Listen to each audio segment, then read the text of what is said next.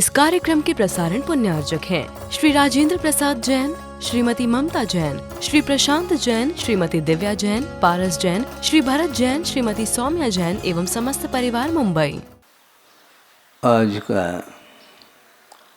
पर्युषण पर्व का अंतिम दिन है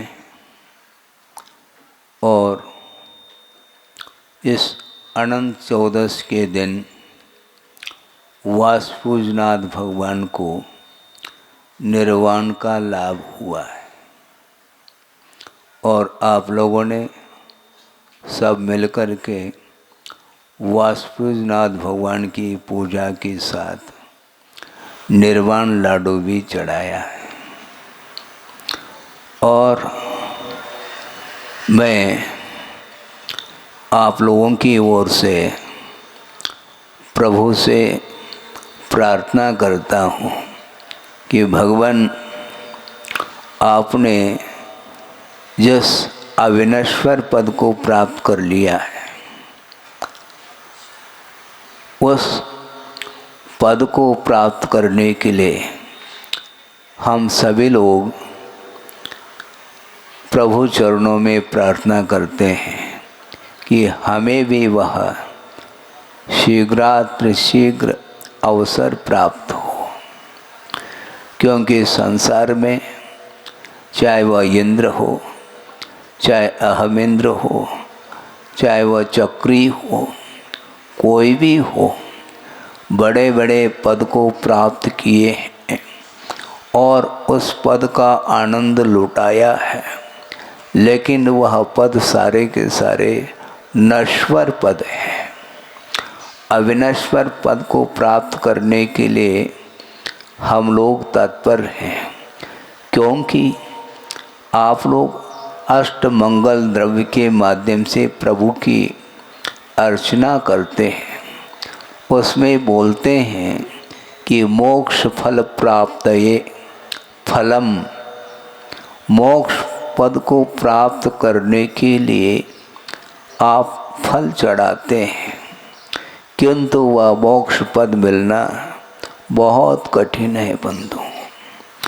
उसका वर्णन करना भी कठिन है, किंतु उसको प्राप्त करना इतना सरल नहीं है, क्योंकि सरलता अपने जीवन में जब तक नहीं आएगी तो वह मोक्ष पद सरलता से हम प्राप्त नहीं कर पाते। भले ही कठिनाई से प्राप्त हो, किंतु हो तो नहीं हो पा रहा है। इससे स्पष्ट है हमारा जो उपयोग है, हमारा जो मन है, अपने अंदर जो विचार उत्पन्न होते हैं वो लक्ष्य तक पहुंचाने वाले विचार नहीं हो पाते। अपने गंतव्य को प्राप्त करने के लिए, अपने लक्ष्य तक पहुंचने के लिए जो विचार, उज्ज्वल विचार जो होते हैं, वह विरल ही व्यक्ति के मन में विचार उत्पन्न होते हैं। 24 तीर्थंकर हुए हैं, उनमें 5 बाल यति के रूप में हुए हैं और इस 3 लोक की संपदा उन्हें जो मिली थी, उन्होंने कोई दुकान नहीं खोली, उन्होंने कोई बहुत बड़ा व्यापार नहीं किया, बहुत बड़ी फैक्ट्री खोली हो ऐसा भी नहीं है, किंतु वह सारा वैभव उन्हें जो प्राप्त हुआ है वह अतीत की साधना का परिणाम है। त्याग के बिना वह वैभव प्राप्त नहीं हो सकता। आगम का भी उल्लेख है, वह उल्लेख ये है कि ज्यों ही भव्य मुमुक्षु जीव संयम को अंगीकार करता है, तब से साथ से पुण्य का अर्जन व प्रतिपल करता रहता है। पुण्यार्जन करने के दृष्टि से साधना नहीं की जाती है। बड़े बड़े पदों की उपलब्धि के लिए साधना नहीं की जाती है। साधना तो मात्र उस मोक्ष पद को प्राप्त करने के लिए अथवा समस्त कर्मों को क्षय करने के दृष्टि से ही साधना की जाती है और फल स्वरूप वह साधसे पुण्य का अर्जन ऑटोमेटिक हो जाता है। होना और करना बड़ा अंतर है। पुण्यार्जन करने के दृष्टि से साधना नहीं की जाती है, बल्कि संसार के विच्छेद के लिए साधना की जाती है। और उन पांचों बाल यतियों ने साधना की और फलस्वरूप उन्हें निर्वाण का लाभ हुआ है। आज उत्तम ब्रह्मचर्य व्रत का दिन है। ब्रह्मचर्य उत्तम ब्रह्मचर्य धर्म का दिन है। वस्तुतः ब्रह्मचर्य व्रत स्थूल भी है और उसकी सूक्ष्मतम व्याख्या भी आगमकारों ने की है। वह ये है, ब्रह्मचर्य का अर्थ शील भी होता है और शील का अर्थ स्वभाव होता है। मात्र विवाह संबंध से ऊपर उठने का नाम ब्रह्मचर्य नहीं है, किंतु शील का अर्थ होता है शीलम विषय विरागो कहा। पांचों प्रकार के विषयों से विरक्ति लेना, ऊपर उठना, उन पांचों प्रकार के विषयों से प्रभावित नहीं होने रूप जो परिणति है आत्मा की, उसका नाम उत्तम ब्रह्मचर्य व्रत कहा है। और इस विषय में, इस प्रसंग में गुरुदेव ने महापुराण आदि जो ग्रंथ हैं, प्रतमान योग के ग्रंथ हैं, जिन ग्रंथों में 24 तीर्थंकरों का वर्णन मिलता है और उन 24 तीर्थंकरों के माता पिता का भी वर्णन सर्वांगीण मिलता है। और भगवान की माता पिता को लक्ष्य में रख कर के गुरुदेव ने जो चिंतन दिया था वह अद्भुत चिंतन था और वह आगम के आधार से उन्होंने चिंतन दिया था। आप लोग भी प्रतमान योग का स्वाध्याय करते हो, लेकिन उस ओर क्यों दृष्टि नहीं जा पा रही है? खेद उत्पन्न होता है और इसलिए होता है कि वर्तमान का ये जो युग है, ये जो संस्कृति है, पाश्चात्य संस्कृति में आप लोग जी रहे हैं और वहाँ की हवा यहाँ तक पहुँची हुई है। प्रत्येक व्यक्ति उस पाश्चात्य संस्कृति के साथ अपने आप को जोड़ना चाहता है और जोड़ करके वह आनंद का अनुभव करना चाहता है, विषयजन्य सुख को लूटना चाहता है, जबकि वह विषयजन्य सुख अधोगति तक ले जाने में कारण है। इसलिए हमें भगवान की माता पिता की ओर दृष्टि रखनी चाहिए। भगवान की माता पिता के लिए मात्र एक ही संतान हुआ करता है? उनका बहुत छोटा सा परिवार है, एक संतान है और उनका लक्ष्य क्या है उसको भी आपके सामने हम रखना चाहते हैं। गुरुदेव का ये कहना था, विवाह बंधन आप गौर करेंगे और उसका दुरुपयोग नहीं करना, क्योंकि शब्दों के माध्यम से दुरुपयोग बहुत जल्दी होता है। गुरुदेव का ये कहना था, विवाह बंधन वस्तुतः वह बंधन नहीं, बंधन से मुक्त होने के लिए एकमात्र सहायक तत्व है। इसका अर्थ विवाह का समर्थन नहीं किया जा रहा है, किंतु विवाह का समर्थन नहीं करते हुए भी, उस विवाह बंधन को स्वीकार करते हुए भी उद्देश्य क्या है? वह पवित्र उद्देश्य है। किनका? भगवान के माता पिताओं का। उनका इतना पवित्र भाव कि भगवान मैं विवाह संबंध करने जा रहा हूँ, किंतु मेरा उद्देश्य पवित्रतम उद्देश्य है वो ये है कि ऐसे एक संतान की उत्पत्ति हो जिसके माध्यम से धर्म की परंपरा अक्षुण्ण बनी रहे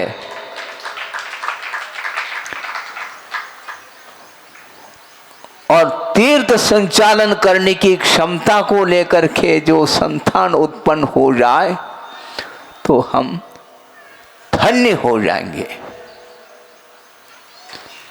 आज ऐसा कोई व्यक्ति है, हम आलोचना नहीं करना चाहते हैं, किंतु वर्तमान में जो राग की सीमा, चरम सीमा तक वह राग पहुंच चुका है।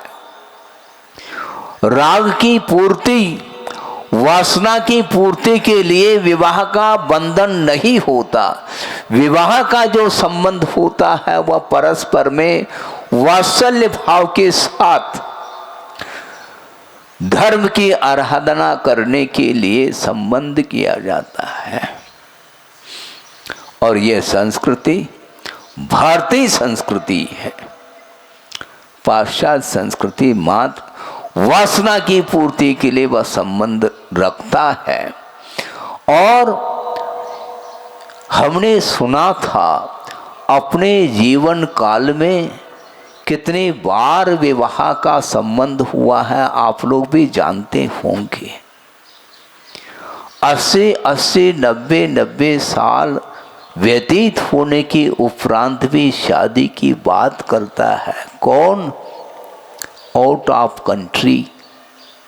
भारतीय सभ्यता नहीं है, भारतीय संस्कृति नहीं है। केवल वासना की पूर्ति करने के लिए वह इस प्रकार कर रहा है। एक विद्वान मेरे सामने आए थे, मुक्तागिरी की बात है, उन्होंने ये कहा था कि महाराज बहुत बड़ा खेद का अनुभव होता है। क्यों, क्या बात है? पर इस प्रकार की भी चर्चा सुनने को मिलती है। ऐसे भी लोग हैं जो ऐसे ऐसे कुतर्क करते हैं, उसके लिए कौन समाधान दे सकता है? हमने कहा हमें किसी को समाधान नहीं देना है, हमें स्वयं को समाधान पाना है। उनका ये कहना था कि महाराज 5 इंद्रियों के विषय है, आप ध्यान से सुने। 5 इंद्रियों के विषय हैं और उसमें प्रसंग बना रहे थे वो कि सामने वाला जो तार्किक व्यक्ति है वह ये विषय रखना चाहता है, बल्कि उसकी धारणा पूरी तरह से बनी हुई है। और उनका ये कहना है कि आप बगीचे में से एक सुगंधित फूल को तोड़ते हैं और उस नासा को तृप्त करने के लिए घ्राणेन्द्रिय का विषय गंध माना जाता है और उस सुगंधित फूल का वह अनुपान करना चाहता है, सुगंधि लेना चाहता है और सुगंधि लेकर के एक फूल के माध्यम से उसको तृप्ति नहीं मिलती है और वह 2-5 मिनट के अंदर उस फूल को फेंक करके दूसरे फूल को फिर तोड़ता है। इस प्रकार जीवन भर प्रतिदिन वह कितने फूल तोड़ करके वह सुगंधि का एक सुगंधि संबंधी जो सुख है उसका अनुभव करता है। तो इसको लेकर के उनका भाव ये था। तो इसी प्रकार जिस प्रकार घ्राणेन्द्रिय के माध्यम से सुख का अनुभव कर रहा है संसारी प्राणी, इसी प्रकार स्पर्शेंद्रिय संबंधी सुख का अनुभव करने के लिए अनेक विवाह संबंध करने में बाधा क्या है, इस प्रकार उसका तर्क था। क्योंकि वह स्पर्शेंद्रिय का विषय है और ये घ्राणेंद्रिय का विषय है। अंतर क्या है? विषय तो विषय है, किसी भी इंद्रिय का विषय क्यों न हो, इस प्रकार उसका तर्क था। ऐसे व्यक्तियों के सामने हम उपदेश देना पसंद नहीं करते हैं, इसको कुतर्क बोलते हैं। सोचो, विचार करो, ये भी कोई बात हो गई है? लेकिन है इस प्रकार के तर्क के साथ जीवन व्यतीत करने वाले दुनिया में बहुत सारे व्यक्ति होंगे और उनके माध्यम से धर्म की प्रभावना नहीं हुई किंतु अप्रभावना होती चली गई है।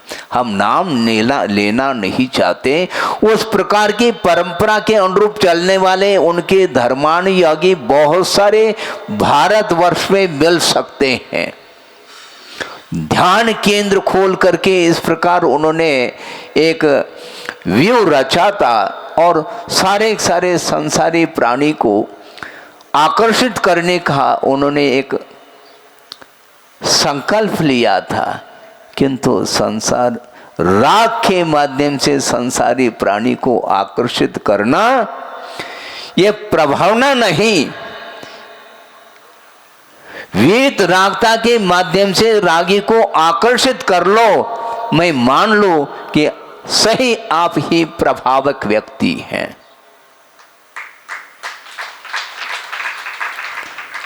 प्रभावना हर व्यक्ति करना चाहता है, किंतु प्रभावना का स्वरूप क्या है? गुरुदेव का ये कहना है, कई बार उनके मुख से हमने सुना, आप प्रभावना करो अथवा न करो, अपने निमित्त से अप्रभावना न हो, यही सबसे बड़ी प्रभावना है। और तीर्थंकरों ने यही किया। और तीर्थंकर के माता पिता जिन्होंने विवाह संबंध किया है, रामटेक की बात है और गुरुदेव ने ये प्रसंग दिया था, ब्रह्मचर्य, उत्तम ब्रह्मचर्य धर्म के दिन यही प्रसंग रखा था कि देखो तीर्थंकर के माता पिता के लिए एकमात्र संतान हुआ करती है और उन्होंने संकल्प ये लिया कि भगवान तीर्थ संचालक के रूप में एक संतान उत्पन्न हो जाए, हम तृप्त हो जाएंगे। और जिस दिन संतान की उत्पत्ति हुई उसी दिन संकल्प लेते हैं भगवान के माता पिता, अखंड आजीवन ब्रह्मचर्य व्रत। है ऐसा कोई व्यक्ति? संतान की उत्पत्ति हुई है, उसका आनंद मनाना चाहिए था, किंतु अब मेरा लक्ष्य पूर्ण हो चुका है, अब मुझे विषय सेवन करने की कोई भी आवश्यकता नहीं, क्योंकि मात्र विषय सेवन की उद्देश्य को लेकर के हमने विवाह का संबंध नहीं किया है। इसको बोलते हैं उत्तम ब्रह्मचर्य व्रत। वो अनुवर्ती हो सकते हैं, होते हैं, इसके उपरांत पे सोचो, विचार करो।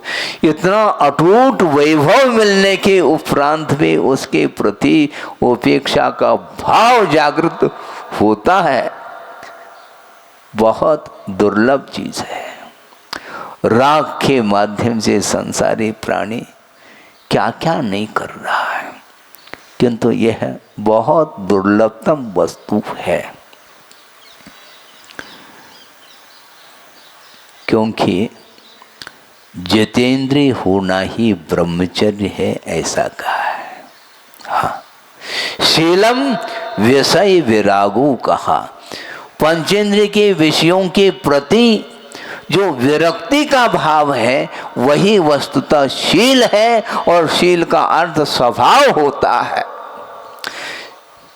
शील का अर्थ स्वभाव होता है, अपने स्वभाव में लीन होने का नाम ब्रह्मचर्य व्रत है। ब्रह्मचर्य उत्तम ब्रह्मचर्य धर्म है। सारे के सारे विषय छोड़ना आसान है, किंतु वासना के ऊपर नियंत्रण रखना ये बहुत कठिन है। वासना जागृत होती है, मात्र एक इंद्रिय का विषय नहीं है वो, पांचों इंद्रियों के माध्यम से वासना जागृत होती है, ऐसा आगमकारों का कहना है। उन्मूल यत् अविश्रांतम, आप सुन रहे हैं, उन्मूल यत् अविश्रांतम, उन्मूल यत् अविश्रांतम पूजम श्री धर्म पादपम मनोभव महादंती मनुष्याणाम निरंकुश, ऐसा कहा। सुनो, मनोभव का अर्थ काम होता है। मन से उद्भवती यह स मनोभव कहा। मन में उत्पन्न होने वाली वासना होती है, उसको काम बोलते हैं उसको। और वासना रूपी मनोभव अर्थात काम, काम रूपी हाथी वह क्या कर रहा है, निरंतर अविश्रांतम पूजम धर्म पादपम उन्मूलयति, वह धर्म रूपी वृक्ष को उखाड़ रहा है। निरंतर आराधना करने योग्य जो धर्म है, उस धर्म रूपी वृक्ष को कौन उखाड़ रहा है? मनोभव अर्थात काम रूपी हाथी उसको उखाड़ रहा है। निरंकुश सन, अंकुश नहीं उसके ऊपर, नियंत्रण नहीं है। सोचो, विचार करो, इसके माध्यम से सांसारिक सुख नहीं मिलता, बल्कि ऐसी दशा हो रही है संसारी प्राणी की वर्तमान में।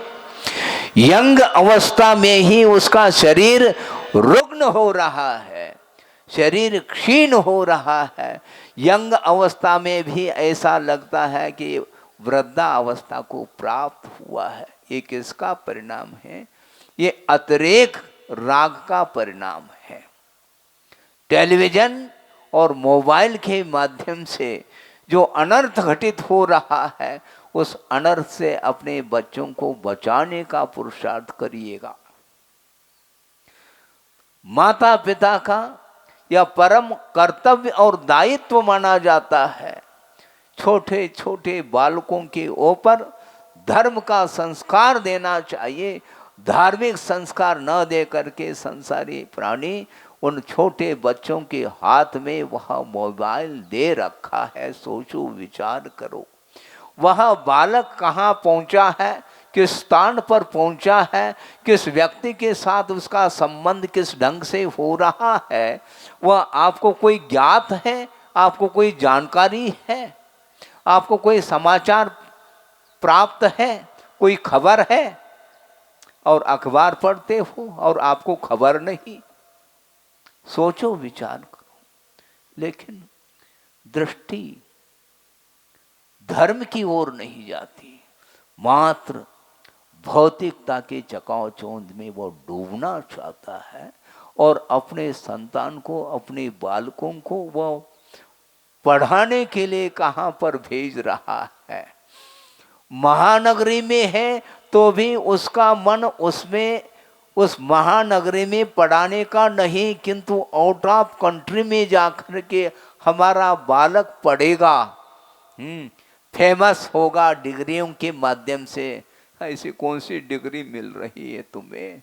कोई केवल ज्ञान तो नहीं हो रहा है, बहुत बड़ी डिग्री लेकर के आ रहे हैं आप। लेकिन है ऐसी मानसिकता है। वहाँ पर जाकर के यूनिवर्सिटी कॉलेज आदि में जाता है, वहाँ का वातावरण देख करके ऐसा लगता है कि कैसा दुर्भाग्य है इस जीव का कि सच्चे देव गुरु शास्त्र मिले हैं, उनके चरणों को छोड़ करके, धार्मिक वातावरण को छोड़ करके, जहाँ पर धर्म की कोई गंध नहीं है, ऐसे स्थान पर जाकर के वह अध्ययन करना चाहता है, विद्या अध्ययन करना चाहता है, वह विद्या नहीं है, वह अविद्या मानी जाती है। हाँ, वह अविद्या मानी जाती है कि एक प्रसंग एक कारिका के माध्यम से रख रहा हूं। एक पंडित जी हुए हैं जिन्होंने ग्रंथ की रचना की है। एक अणगार धर्मामृत है और एक सागार धर्मामृत है। उन्होंने रचना की है, पंडित आशादर जी हुए हैं। उन्होंने एक स्थान पर श्लोक के माध्यम से अपने भावों को व्यक्त किया है कि अनाद्य विद्या दोषोथ चतुस्संज्ञा ज्वरा तुरा शाश्वत स्वज्ञान विमुखा, शाश्वत स्वज्ञान विमुखा सागारा विषयोन्मुखा। सागार अर्थात गृहस्थ जिसका हमेशा मुख विषयों की ओर हुआ करती है। क्यों? अनादिकालीन अविद्या रूपी दोष से उत्पन्न चार संज्ञा रूपी ज्वर से आक्रांत है यह विश्व। और यो क्या कर रहा है? शाश्वत स्वज्ञान विमुखा, निरंतर आत्मज्ञान से विमुख होता हुआ चार संज्ञाओं से वह त्रस्त है, इस प्रकार वह स्वयं कह रहे हैं। और आप लोग विदेश में, विदेश को आपको ऐसा तो नहीं लग रहा कहीं विदेश क्षेत्र पहुंच गए हम? है? कैसा लगता है आपको? सुनो, विदेश कहीं विदेश क्षेत्र के रूप में तो नहीं आ रहा आपकी दृष्टि में। आप वहां पर जाकर के करना क्या चाहते हैं?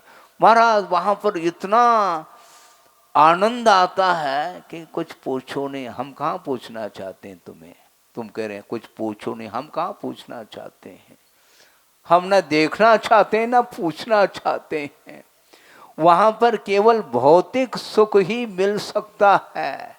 वहां पर महाराज, वहां पर, यहाँ पर भारतीय देखो, भारत चारों ओर घूमते हैं तो नाली देखने में आते हैं हमें, और वहां पर विदेश में एक तिनका भी नहीं मिलता और सारे सारे रोड क्लीन मिलते हैं। अच्छा ठीक है भैया, रहो आपकी इच्छा।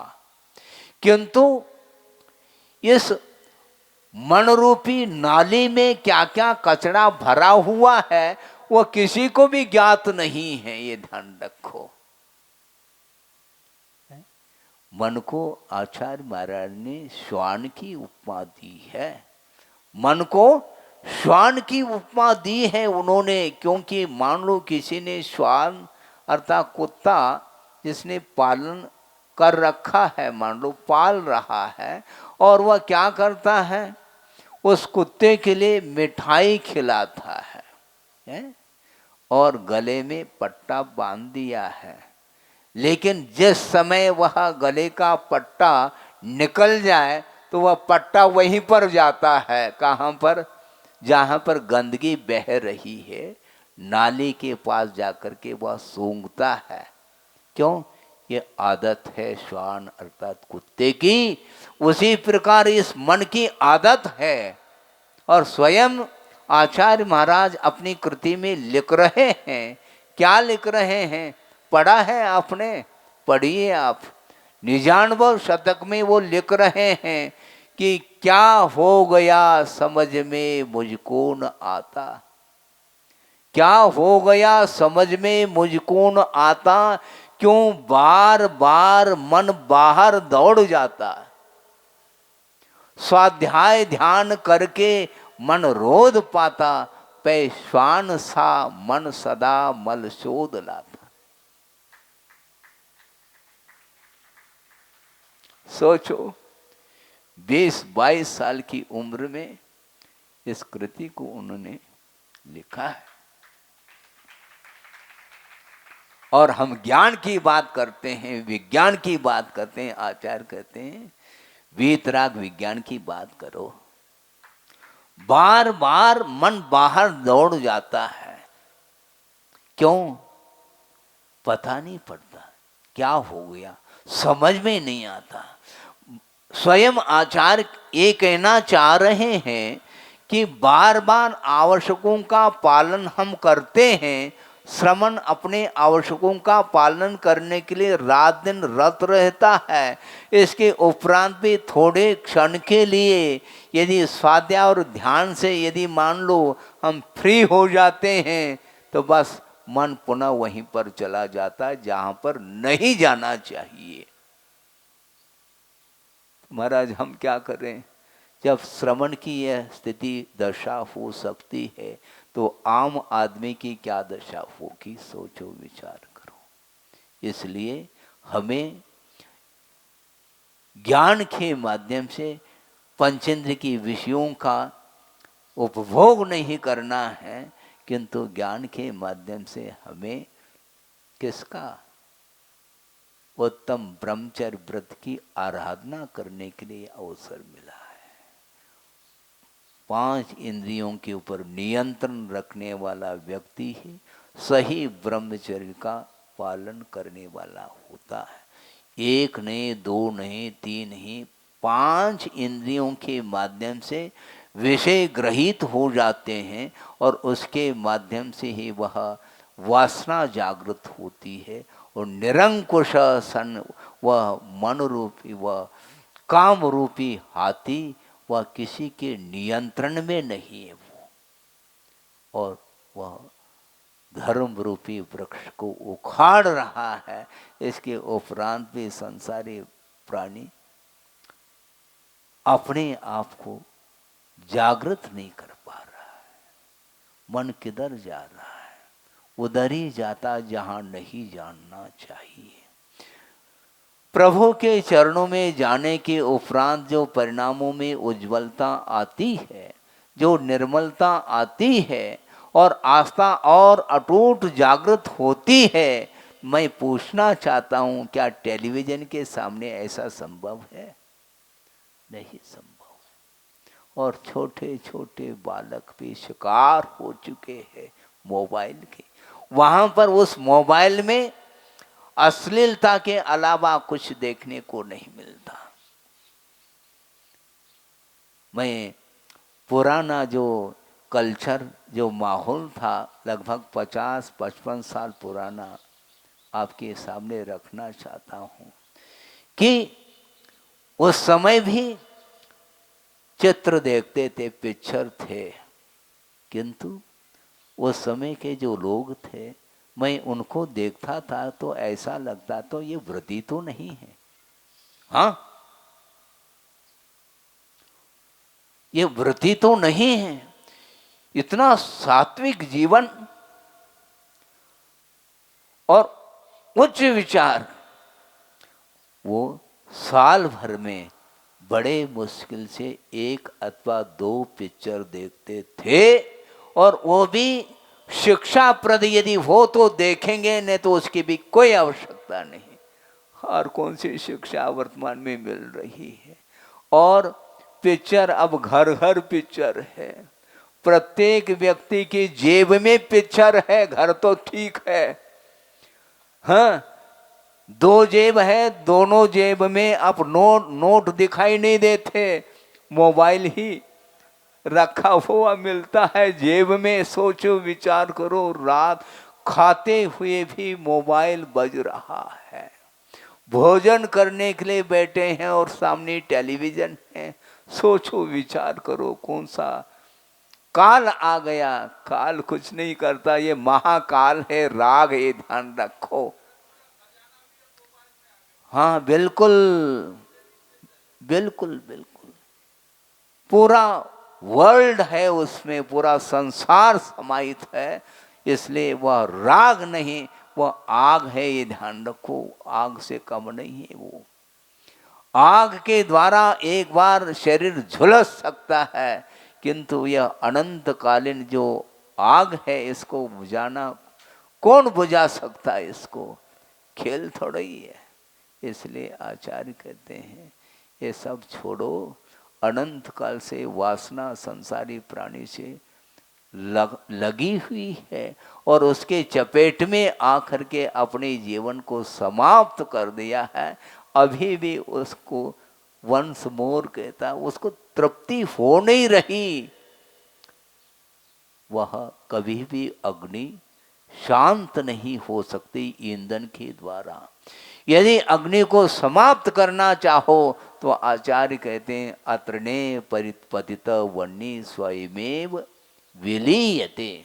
जहां पर ईंधन नहीं है वहां पर यदि मान लो अग्नि जल रही है, कितने क्षण के लिए जलेगी? 2-5 मिनट के लिए जल करके वह समाप्त हो सकती है, किंतु रात दिन उस अग्नि में जो ईंधन दे रहा है उसकी अग्नि कभी भी शांत नहीं हो सकती। कल आकिंचन धर्म की आराधना की और आज ब्रह्मचर्य व्रत की बात कर रहे हैं। ब्रह्मचर्य का अर्थ ब्रह्म अर्थात आत्मा है और उस आत्मा में लीन होने का नाम ब्रह्मचर्य है, उत्तम ब्रह्मचर्य। ये ध्यान रखो, ब्रह्मचर्य के साथ भी उत्तम शब्द पड़ा हुआ है, क्योंकि 2-4 दिन पहले अकाम निर्जरा की बात आई थी। एक जेल में पहुंचा हुआ है और वह भी उसके द्वारा भी ब्रह्मचर्य व्रत पल रहा है। पाला नहीं जा रहा है, पल रहा है आसानी से। पालने की इच्छा नहीं है किंतु पल रहा है, इसको बोलते हैं अकाम। अपनी इच्छा से धर्म की आराधना नहीं हो रही है, अब परवश हो करके पराधीन हो करके वह पल रहा है। वह धर्म, उसका नाम धर्म नहीं, किंतु सब कुछ विशेष सामग्री मिलने के उपरांत भी उसको लात मार करके आगे बढ़ता है, वह उत्तम ब्रह्मचर्य को धारण करता है। इसलिए भगवान की माता पिता जिस दिन संतान की उत्पत्ति हुई उसी दिन वो संकल्पित हो जाते हैं, अब जीवन पर्यंत अब संयम के साथ रहेंगे।